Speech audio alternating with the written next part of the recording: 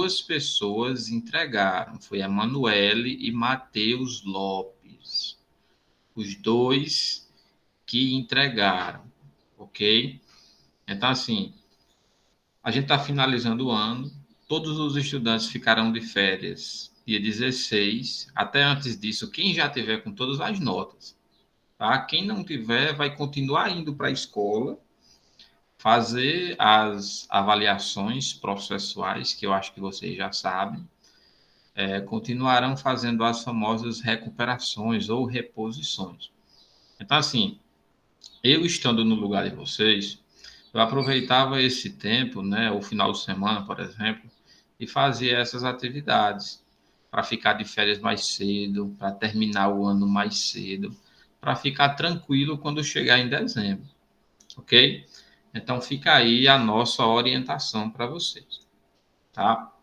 Hoje, pessoal, nossa aula vai ser rápida.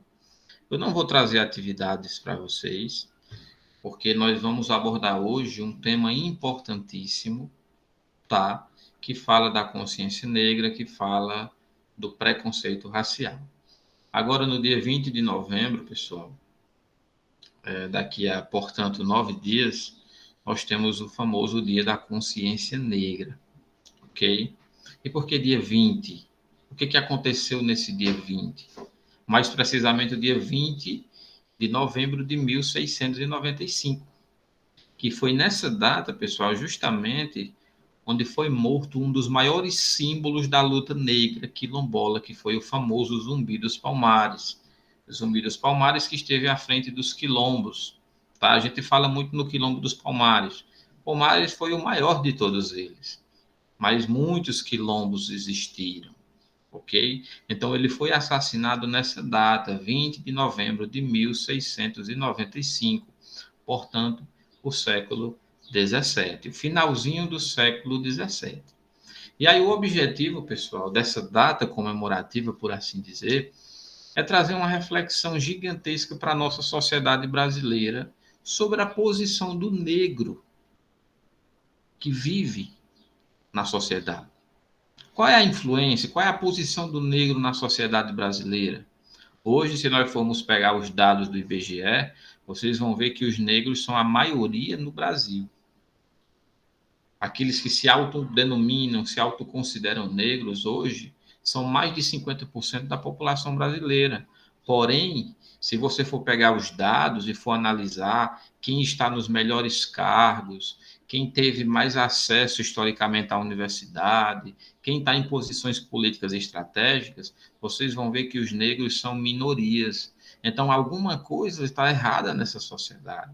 O que foi que aconteceu para que os negros, embora sejam maioria, estão relativamente abaixo do padrão, digamos assim, de ocupação de posições estratégicas aqui no Brasil? E isso, pessoal, já nos traz uma outra discussão, que é a do racismo, seja o racismo estrutural, seja o racismo comum, que a gente sabe que ocorre diariamente na sociedade, até com amigos nossos, né? Uma coisa que às vezes é simples, a gente julga simples, mas que tem um efeito negativo gigantesco para a pessoa que sofre o racismo, ok? Então, nós temos que entender qual é a dimensão desse racismo, tá? O racismo no Brasil, né, ainda é tratado de forma bem velada e impede o direito e o acesso dos negros às oportunidades e condições iguais em relação ao trabalho e ao estudo. Tá? Então, além de outras frentes, como atendimento no sistema de saúde, bem de consumo, a baixa autoestima e a inferioridade. Vocês podem observar, pessoal, que segundo os dados, né, da Faculdade Getúlio Vargas Social, o PNAD, lá em 2015, a população negra é a mais pobre e a renda média individual por mês é a metade da que recebem os brancos. Então, nisso você consegue observar essa disparidade, essa desigualdade social que há, esse abismo gigantesco entre negros e brancos aqui no nosso país, tá? Então, em 2017, né, a Oxfam International aponta que a renda entre brancos e negros, por exemplo, ela será equivalente somente a em 2089. Então, vocês conseguem observar o seguinte: os negros têm uma renda maior, aliás, os brancos têm uma renda maior do que os negros. E assim, apesar das políticas sociais, políticas afirmativas, só vai haver uma certa igualdade, pessoal, daqui a pelo menos 70 anos. A sociedade, se continuar, né, com essas políticas. Agora, se regredir a essas políticas, aí, meus queridos, vai demorar mais tempo ainda, né? E só para vocês observarem que ainda no mercado de trabalho, somente 34% dos funcionários das maiores empresas são negros. E menos de 10% desses profissionais estão em altos postos hierárquicos. Então, isso nos traz uma discussão também, pessoal, importantíssima. Por que, que a maioria dos brancos estão em cargos estratégicos, em cargos de posições superiores, em cargos de chefias? Será que os brancos são mais inteligentes do que os negros? Será que os negros é quem são incompetentes? Ou será que há um racismo estrutural na sociedade brasileira que prefere ter um branco nessa posição estratégica do que um negro? Essa é uma discussão importantíssima que nós, de maneira nenhuma, podemos deixar de tocar nesse assunto. Porque, pessoal, olha só, desse dado, apenas 0,4% são mulheres negras nos cargos executivos das empresas, conforme a pesquisa do Instituto Etios de 2016. E aí, pessoal, já nos traz uma outra discussão. Você percebe que os negros são minoria, tá? E a minoria, ela se acentua, né? Essa disparidade se acentua mais ainda quando a pessoa é negra e ainda é mulher. Porque vocês sabem, né? Nós vivemos em uma sociedade machista, em uma sociedade patriarcalista, onde a figura do homem se constitui como o chefe da família, como a base familiar. Atualmente, nós estamos assistindo um certo empoderamento das mulheres. O que isso significa? As mulheres estão paulatinamente, aos poucos, conquistando espaços privilegiados na nossa sociedade. Agora, a disparidade é grande, né? Ainda há mulheres que não conseguem, que não conseguiram alcançar esses cargos por conta desse patriarcalismo que eu já lhes disse, por conta desse machismo que ocorre na nossa sociedade. Porque, obviamente, pessoal, mulheres e homens têm o mesmo cérebro, a mesma cabeça e as mesmas condições fisiológicas. Agora, eu não quero agir com machismo, mas alguns empregos que empregam forças físicas, vocês sabem muito bem disso, você não consegue ver, por exemplo, uma mulher trabalhando como servente de pedreiro, por exemplo. Uma mulher trabalhando em obra, a não ser num cargo de engenheira, de arquiteta. Agora, com a mão na massa, você não consegue observar. As condições fisiológicas, obviamente, são diferentes. Agora, psicológicas, sociais, elas não são. Então, quando você for pensar em, por exemplo, de uma mulher que ela é mais inteligente do que o homem é mais inteligente do que a mulher, isso não existe, tá? Eu particularmente acredito que tudo parte do princípio da preparação, ok? Se uma pessoa se prepara, ela tem condições positivas de chegar no lugar que ela deseja. Se uma pessoa não se prepara, obviamente ela não vai chegar no lugar que ela deseja. É uma opinião minha, né? E por isso eu lhes digo que a mulher, hoje, ela, em consideração aos homens, ela está menos inserida nesses cargos de chefia, assessoramento, nas grandes empresas executivas. Matematicamente falando, os homens são maioria, ok? O machismo que existe na sociedade, é isso que eu estou querendo trazer para vocês. Agora, esse abismo se acentua, segundo os dados, quando a pessoa ainda é mulher e ainda é negra. Então, ela tem duas condicionantes: o fato de ser mulher e o fato de ser negra. E os dados, eles não mentem, né? A situação da mulher é mais desfavorável, tá? E a remuneração profissional ainda é 59% inferior em relação ao que recebe um homem branco, ok? Importantes mulheres negras, né, fizeram parte da história nacional, como é o caso de Teresa Benguela, que foi escrava, que se tornou rainha e liderou um quilombo dos negros e índios no Brasil. Antonieta Barros também foi outra figura negra com forte influência na sociedade, por ser uma jornalista, professora e política brasileira. Ela, né, foi a primeira mulher afrodescendente a assumir um mandato popular. Okay? Tudo isso que eu estou trazendo para vocês, meus queridos, ela se condensa numa situação chamada preconceito racial, ou o racismo, por assim dizer. Ok? O racismo ele vem de práticas históricas e está presente na sociedade brasileira em várias faces. Diante desse cenário, né, desafiador, em colocar o racismo em discussão dentro da empresa, né, a GE criou um grupo Afro-American Forum, né, AF, em 1995. E aí, para oferecer aos funcionários de origem negra a oportunidade de aprendizado, treinamento, mentoria e interação.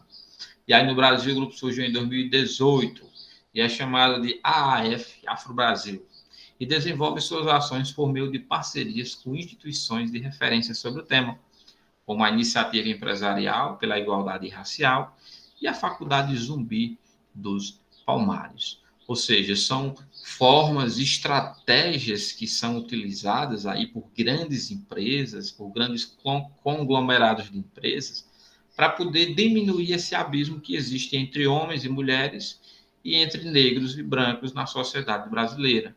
Tá, meus queridos? Então, quero que vocês entendam o seguinte, né? Que o racismo ela é uma condição que considera o negro inferior ao branco, tá? É um pensamento que vem de muito tempo, desde a colonização do Brasil até aqui. E esse Dia da Consciência Negra, ele ele se constitui como um dia-chave para que nós venhamos a pensar sobre a prática do racismo e, a partir desse pensamento, nós contribuirmos para que ele seja eliminado, para que aos poucos a gente vá diminuindo essa prática racista na nossa sociedade, que infelizmente nos assusta. Quando nós vamos pensar, pessoal, no racismo, é uma coisa assim tão absurda, tão complicada que, por exemplo, eu tive uma menina, uma estudante, né, que eu estava dando uma aula sobre racismo, ela me disse que chegou numa determinada loja, provou as roupas, ela pagou essas roupas, ia saindo com a sacola, e aí um homem que trabalhava na loja pediu para ver os produtos que estavam dentro daquela sacola, para ver se ela só estava levando o que foi pago, se não tinha outra coisa, né? Enfim, na hora ela não entendeu, mas aquilo foi um ato de racismo, prática do racismo. Será que se fosse um branco, o funcionário da loja teria verificado? Será? E se fosse um negro pobre, ainda seria pior, não é verdade? Então, a gente assiste muito, né? Lá nos Estados Unidos, o George Floyd foi assassinado por ser negro, onde a polícia militar teve uma ação substancial, descontrolada, exagerada sobre ele, que resultou na sua morte. A gente vê aí os dados de que morrem mais negros do que brancos, de que tem mais negros presos, né, nos presídios aí Brasil afora do que brancos, de que tem mais pessoas negras morando nas favelas ou nas periferias do que os brancos, de que tem mais pessoas trabalhando em empresas ou no poder público do que os brancos. Então, façam aí uma leitura. Tá? Você vai no hospital, quantos enfermeiros brancos ou médicos brancos e negros tem no hospital? O que está acontecendo com a nossa sociedade? Por que uma população que é maioria ainda é minoria nos cargos ocupados aí Brasil afora? Quantos presidentes negros nós já tivemos aqui no Brasil? Quantos ministros do Supremo Tribunal Federal nós temos negros hoje? Nós já tivemos um, Joaquim Barbosa. Mas hoje nós temos 11 ministros que são negros. Então, o que acontece? Será que os negros não têm capacidade? Esse daí é um questionamento importantíssimo para todos nós, tá? Eu trago essa reflexão, pessoal, para que vocês entendam a importância do combate ao racismo, porque, infelizmente, é uma coisa que existe hoje mundo afora. E uma coisa importante, pessoal, é que nós consideramos o racismo, aliás, nós agimos muitas vezes, todos nós, de uma maneira desavisada, até por conta da nossa cultura, da nossa criação. E aí a gente repete muitas palavras ou muitos ditados populares que para nós é comum, né? É uma prática comum. Mas, na verdade, são palavras e ditados racistas. Tá? Quando você chama, ei, negão, vem aqui.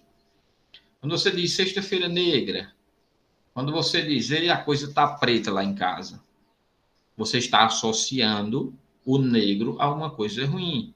É uma fala racista, tá? É uma contextualização racista. O luto, por exemplo, quando falece alguém, a empresa coloca uma coisa de luto, aí coloca uma faixa escura, uma faixa negra, né? As pessoas que estão de luto, elas vestem uma roupa de que cor? Cor escura, tá? Então, são essas questões que nós precisamos eliminar, ok? Eu trouxe, pessoal, essa reflexão há pouco tempo, né? Até porque eu vi que vocês não fizeram a atividade da semana passada. E assim, eu não vou passar outra atividade se vocês não fizeram uma que foi dia 4 que eu passei. Então, eu peço que vocês, a partir dessa reflexão, eu vou deixar ela lá gravadinha, bonitinha, e vocês vão retornar, tá, na atividade e vocês vão fazê-la. Ok? Eu não posso avançar um conteúdo sem que vocês terminem aqueles. E é importante para que vocês fiquem de férias. Ok? Abro agora o espaço. Se vocês quiserem falar, podem ficar à vontade. Tem alguma dúvida, Maria Clara, Jaque, Ana Beatriz e Maria Eduarda? Quais são as dúvidas de vocês sobre o tema que eu trouxe agora? Tem alguma dúvida?